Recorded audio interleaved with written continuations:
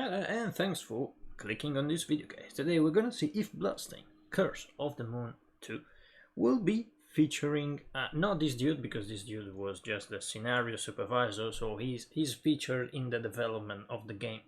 We're gonna talk if this game will feature multiplayer or co-op.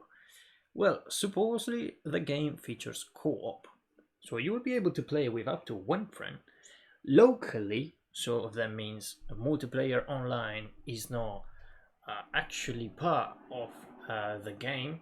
And well, let's get straight to it. So this game will be featuring local multiplayer, we said, but there is a trick you can use to play multiplayer in this sort of game, even online with a friend that is not in the same room as you. So this is how the game will look like. So it is a classic 8-bit Castlevania-like game in which it looks like you're using Zangetsu. So I'm a big fan of the first, of the only, the first one. It was okay. I really love the 3D one. So Bloodstained, the Bloodstained, and then whatever the other subtitle he had. So Curse of the Moon is the version in 8-bit. So the one that looks a lot more classic. And we were saying that, yeah, this game features multiplayer and as a co-op. So you'll be able to play either as a Dominic or as the Zangetsu. And maybe even more players. You can see that you can switch between characters over here. So we were saying, how do you play online if you don't have a friend in the same room as you? I'll teach you a little trick you can use. The only thing that is requested is for you to have a really good internet connection. And you'll be able to play online even if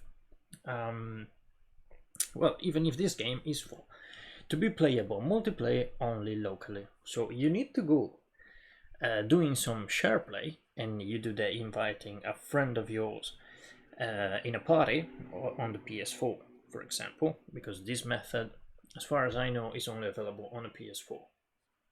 So you will be able to play to do some share play with your friend.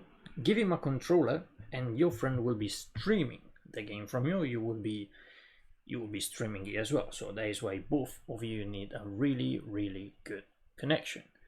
So he'll be streaming your game. You'll be streaming your game.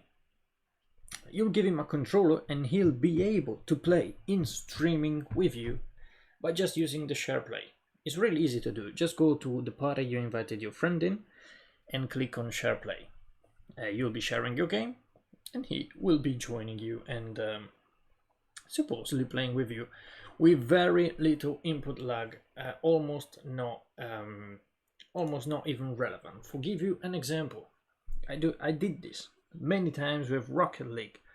You know that Rocket League actually requires a lot of quick reflexes, and supposedly you should have no lag at all. Well, playing in a share play, just because my friend didn't have a copy of the game, that ended up extremely well, because you see almost no lag at all. I mean almost, because a tiny bit, of course, you will notice, but an extreme slightly bit. So if you want, even if you don't care too much about the strange sensation that there is a millisecond delay between your input and the character doing something, that is almost unfeelable. But anyways, this is worth a try, so give it a shot, and yeah, let me know in the comments below if you tried it and how it worked out. So instead, if you were just looking if this game had multiplayer just to play in the same room as your friend, well, that is simply perfect. You won't even have the delay, you won't even have the lag. This game will just be simply enjoyable the way it was supposed to be. So you will play this game, you will farm your characters together, and yeah, overall that should be extremely enjoyable. I love Castlevania games, and if you didn't, make sure to check out the guides for Bloodstained that I did on my channel, and yeah, let me know what you think about it. So I'll see you in the next multiplayer and co-op video. So you guys take care and see you soon. Cheers.